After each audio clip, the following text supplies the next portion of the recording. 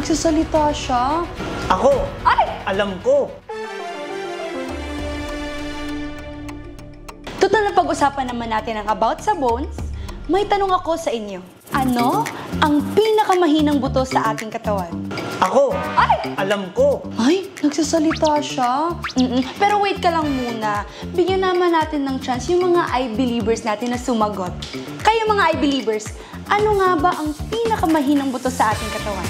Ito na ang sagot mula kay Kai.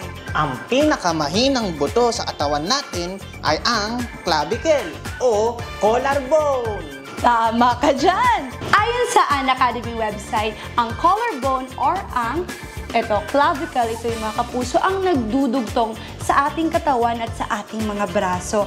Mahina daw ito kasi manipis, kaya mabilis siyang mabasag. Kaya, ingatan ito! I believe! Alam niyo ba ito? The strongest bone in the body? Guys, nasa I believe kayo! Guys, it's called femur. What is the spelling? F-E-M-U-R.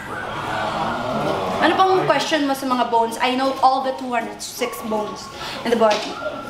At ito naman ang sternum. Ang kanyang origin ay sa occipital bone. Ang kanyang insertion ay... Tama na.